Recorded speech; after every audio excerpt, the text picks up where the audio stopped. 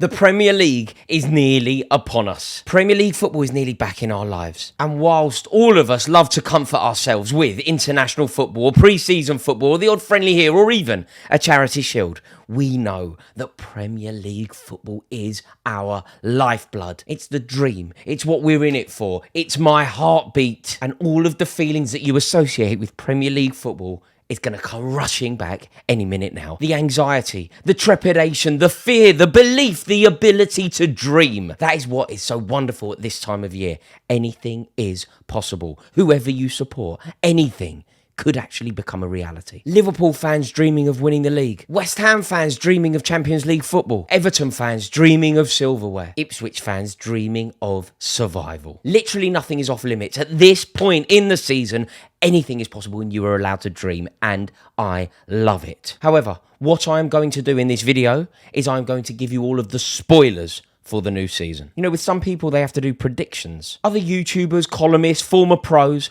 they give you their predictions. But me, I give you spoilers. Because everybody knows that I have never made a mistake when it comes to a prediction. Okay, that may not be true, but, you know, occasionally I get the odd thing right. And this time, more than any other time, this time I have taken it so seriously. I have given it the due diligence that it deserves. I have studied. I have flexed my analytical football muscle to really work out exactly how this Premier League season is going to play out. I've got a whole list of categories here, and I have worked out exactly what's going to happen in each category. In this video, we will be discussing who's going to be relegated? Who is going to be the Premier League top goal scorer? Who will be the first manager sacked? An absolute banker. One prediction that you know will come right. We'll discuss the top four. We will, of course, discuss who will win the Premier League. We will explore who will win the player of the Premier League season. And we will also look at a dark horse, somebody who perhaps will have a far better season than most mere mortal fans could predict. So let's get going. Okay, we're going to start with relegation. Now, let's have a conversation about some of the teams that we need to consider here. Leicester City. Leicester City, in my opinion, are in trouble here, and they are certainly worthy of conversation around who goes down next season. They lost Kiernan Dewsbury-Hall, who was key for them last season. They obviously lost their manager as well, and they've brought in Steve Cooper. Realistically, how good is Steve Cooper? If we explore exactly how good he is he the man that they need? Is he the man to make sure that they survive in the Premier League? I think Cooper's a good manager. I think he's a very good Championship manager. But is he really Premier League quality?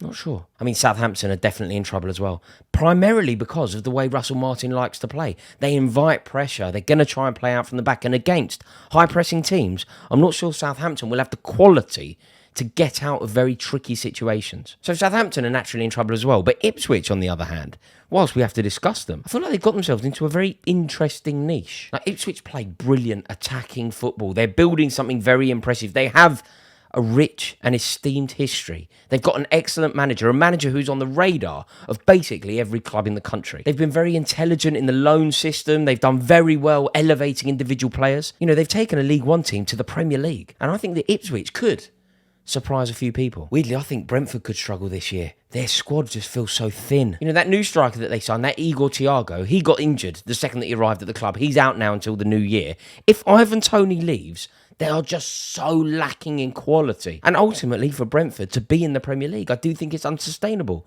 They're a tiny football club who have done very well to get to the Premier League. But ultimately, they are not a Premier League club. The infrastructure of Brentford is not a Premier League club. Every year that they've survived has been impressive, and I commend them for that. But ultimately, Brentford could go this year. Fingers crossed they do, eh? Do we need to talk about Everton here? I feel like when a team has been circling the drain for such a long time, we should bring them up. But ultimately, I don't really think they're in this conversation. I don't really think that Everton can go down. Of course, things change. Of course, they're so reliant upon Dyche. Of course, if they were to sell, say, Branthwaite before the transfer window closes, maybe that could change things. But ultimately, I feel like Sean Dyche is a very good manager and he will keep Everton in the Premier League. No, I'm not talking about Everton here. They're off the table. Similarly, I was going to bring up Nottingham Forest, but I just don't think that they deserve a mention here either. Nuno's an all-right manager. They've got some very interesting attackers. It's a good club who pick up a lot of points at home. I don't think... No, Nottingham Forest are not here either. I thought we'd bring them up, but no. Forest are off. Brighton, on the other hand. Fabian Herzler. He is younger than a few members of his squad. Brighton's manager is 31 years old. He's a Texas-born German who did very well with St. Pauli. He got St. Pauli back into the top flight in Germany for the first time in about a decade. But he has no top flight experience. Yes, he has potential. Yes, he may come good. Yes, this is an interesting appointment, but come on. Taking St. Pauli from the second tier in Germany into the top flight is not the pedigree that Brighton need for them to be the club that they have been over the past 10 years or so. Hösler has to make Brighton more solid than they were under De Zerbi. And crucially, they've lost Pascal Gross. Pascal Gross could easily be Brighton's best ever player. He was an ever-present. He was forever reliable, and he created more chances than anyone else last season for Brighton. A huge loss that he is no longer at the club. So whilst it's slightly left field, whilst I imagine a lot of people won't agree with this, I think there is a chance that Brighton could find themselves in trouble. But will they actually go down? Probably not. I'm therefore going to go with Southampton will be relegated, Leicester will be relegated, and Brentford will be relegated. Ipswich are going to survive, and what an achievement that would be for that club. Moving on now to the Premier League top goal scorer. Easy as that, isn't it? Erling Haaland. Nobody's going to come close. Nobody's going to stop him. Even if he has an off-season, he will score more than anyone else. There are, of course, the honourable mentions. Mohamed Salah is a guarantee. But will he guarantee more than Haaland? I don't think he will. If Ivan Toney were to get the move, if Ivan Toney were to be maybe leading the line for Manchester United, linking up with Marcus Rashford, maybe Toney could rival.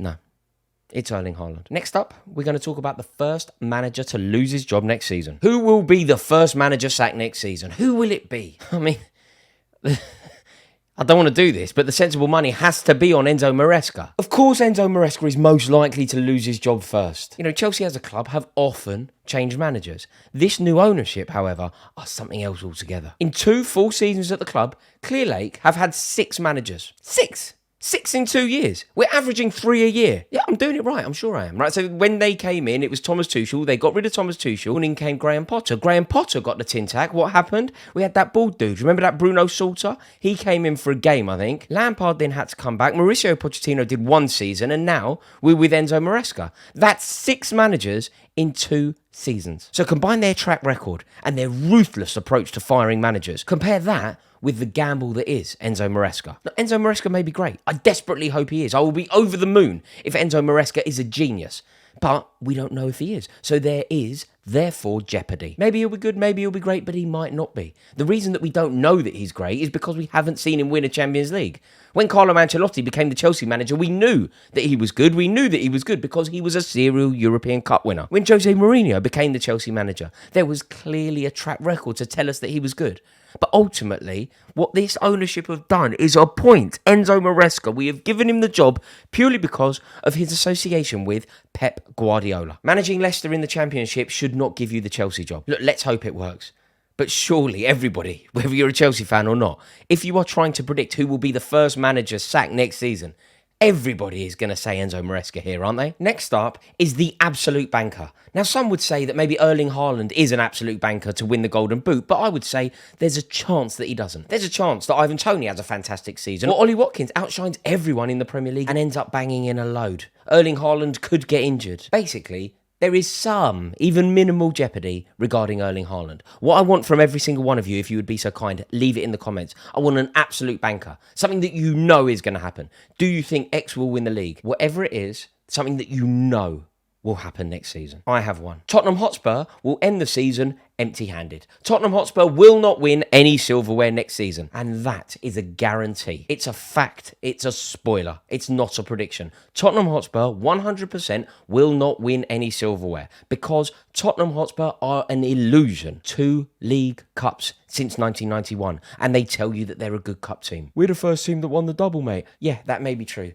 But Tottenham last won the league closer to the Victorian era than it is to today. That's how long ago Tottenham have succeeded. Ironically, they're the club that like to talk about the game being about glory. But trust me, guarantee you this, Tottenham Hotspur win nothing next season. ATAF. And that's a fact. So do me a favour in the comments below. Let me know your one guarantee. What is it? What is your one guarantee? Does Saka score against Tottenham? Do you know that that's going to happen? Do Manchester City win the league? Do you know that that's what's going to happen? Is Adam Wharton at Palace going to be Player of the Year? Whatever you know, whatever your absolute banker is, I need to know it. Please put it in the comments below. Right, this is getting serious now. It's time to discuss the top 4. Now, there are 2 teams that we know will finish in the top 4 regardless of where they finish the season. Those 2 teams are Manchester City and Arsenal. So let's not talk about them at the moment. Let's focus on the 2 other spots up for grabs. Basically, what we're talking about here is third and fourth. Who are the clubs eyeing up third and fourth? Champions League football. Who is going to snatch it? Should we talk about the contenders? Should we just say who it could possibly be? Let's put Chelsea in there. Let's put Tottenham in there. Let's say Aston Villa, Newcastle United, Manchester United, Liverpool. Right, so now let's drill down into it. Who is going to get third and fourth? Realistically, as impressive as Unai Emery is, as brilliant as Eddie Howe can be, as unpredictable as Chelsea are, I feel like there are only two teams, really. I feel like it will be in third spot Liverpool, and in fourth spot, I believe it will be Manchester United. Now, I hope I'm wrong there, but that is the way that I see it going. I think Aston Villa will really be knocking on the door, but I think that the arduous nature of Champions League football is going to hit that squad massively. Villa are a big club with a rich history and a wonderful manager, an incredibly talented manager, arguably the second best manager in the league. I think Unai Emery is phenomenal, I really do. But I think this could be one step too far. Don't get me wrong, I think Villa have a good season. I think Villa will have a very impressive season. I don't think it's beyond the realms of possibility that Aston Villa wins silverware. But 2 consecutive seasons finishing in the top 4 of the Premier League. Acknowledging the fact that Dougie Luiz moved on, who was a very good player for them. I think they're good, Villa, but I think they're just going to fall short of the top 4. Newcastle United are interesting. I think they could do it. I think Eddie Howe's proven that he's capable. And it isn't really about Newcastle. It's more about how good I think Liverpool are going to be and how good I think Manchester United are going to be. You know, it's a big season for Liverpool. They need to make sure that they avoid that post-Ferguson, post-Wenger decline that has happened to other big clubs when an iconic manager leaves. But considering the experience of the club, considering some of the talented players that are in that squad, and I do think that the squad are brilliant. I really do. You know, lots of people are talking about Liverpool's lack of movement in the transfer window. Some of the players that they have are so good. And I'm not even necessarily focusing on the players that everyone thinks are good. Like, I think Cody Gakpo's a decent player. I really do. Alexis McAllister, I think he's integral to things that Liverpool are doing. And, you know, obviously I haven't even mentioned the best players. Alisson, Van Dijk, Trent Alexander-Arnold, Mohamed Salah. Surely they're going to finish third again. So Liverpool third and Manchester United will finish fourth, which I think would be a good season for Erik ten Hag. He has got some big issues to resolve. They need to sort the injuries out. They need to bolster the squad. They need to sort out this unenviable situation that they have with Jadon Sancho. Last season, he made history, beating Manchester City to stop Manchester City winning a double, to stop Manchester City winning a double-double, to stop Manchester City beating Manchester United in a cup final. It really was a special day. And overall, look, there were moments where it wasn't good enough. In the league, in the Champions League, it wasn't good enough. But there was an injury crisis like no other at Manchester United. And I believe that Manchester United this season will get fourth. So if Manchester United are going to finish fourth and Liverpool are going to finish third, we now need to discuss who's going to finish second and therefore by implication who is going to win the league. The title, the champions, the history makers will be Arsenal Football Club. Before we go any further, I need to passionately let you know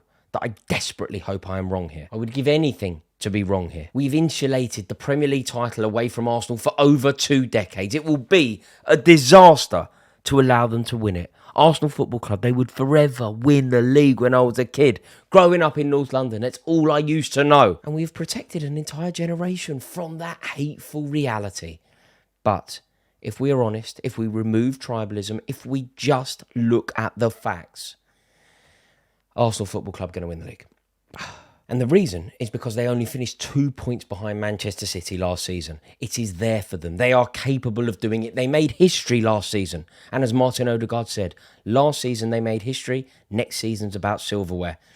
And annoyingly, I believe him. The experience of not winning it, they can use the pain and agony that they suffered last season to propel them towards a title this season. And their defence. If there is one reason, if somebody were to ask me why, name one reason why Arsenal win the league, I think the easiest thing to do is maybe talk about the size of the club, the fact that it's been coming, maybe Mikel Arteta, the brilliance of Bukayo Saka. I think there are many things that you can talk about, all of them legitimate. The reason, though, is the defence. They had an outrageously good defence last season. They kept 6 away clean sheets in a row, didn't they? They broke all sorts of record, and then what have they done in the transfer window? They have strengthened a position of strength. And that is what champions do. You strengthen when you are already strong. You strengthen when you are at your best. And they had a brilliant defence last year, and they've gone and they've added to it. They've signed Calafiori, somebody that can help reimagine that left-back berth. Somebody that can help with the inverted vision, step into midfield, as we saw him do so successfully at the Euros. They're a young, hungry, exciting team with exceptional players, and they are ready to win the league. You think about the player that Bukayo Saka will be next season off the back of everything that happened to him last season. Think about the player that Declan Rice will be next season off the back of everything that happened to him last season. Think about the knowledge, the nous, the understanding, the know-how of everyone at the club who didn't win the league last year and finished second the year before. When you are perennially knocking on the door, at some point, someone opens it. And the other reason is because Manchester City simply cannot win 5 in a row. So there we have it. I believe that Manchester City will finish second in the league, and painfully, Arsenal are going to win the league. Right, player of the season. Who is player of the season? It's very difficult to predict.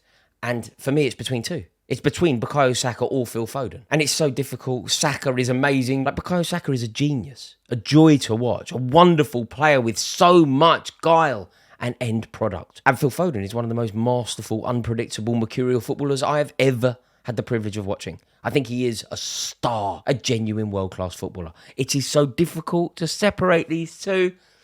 But because I think Arsenal are going to win the league, I think that will propel Bukayo Saka ahead of Phil Foden in this conversation.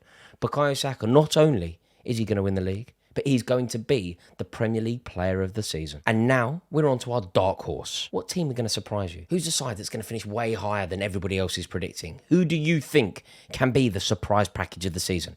I know the answer. The answer is Fulham. Like, Marco Silva has had his first settled pre-season since being at the club. Think how well they did last season. They were so good. And they did all of that off the back of losing Mitrovic, nearly losing Paulinho. At one point, it looked like Marco Silva himself had his head turned. And yet they still finished 13th in the league. They had a great season last year. And I think they're going to use that as a springboard to go one better next season. Think about what they did last year. Historic wins. They beat Arsenal. They beat Manchester United. They made it to a League Cup semi-final. Made an excellent signing in Emile Smith-Rowe as well, and he's hit the ground running. 2 goals in 2 pre-season games for him. And the attacking options for Fulham are actually immense. If you think about it, they've got Emile Smith-Rowe, Iwobi, Pereira, Adama Traore, Sessegnon, and Harry Wilson's there as well. And if that Muniz picks up where he left off last year, they are going to be flying. He won Premier League Player of the Month 1 month last year, didn't he? Like, that's huge for a Fulham player to win it. I doubt there's many Fulham players that have ever won Player of the Month. And if they sign this Andre, which is looking like they will, I think that they are going to be a real force next season. Fulham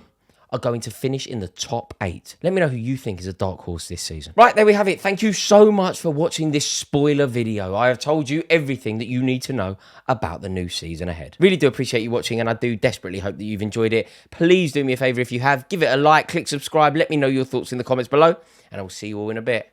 Ta-da.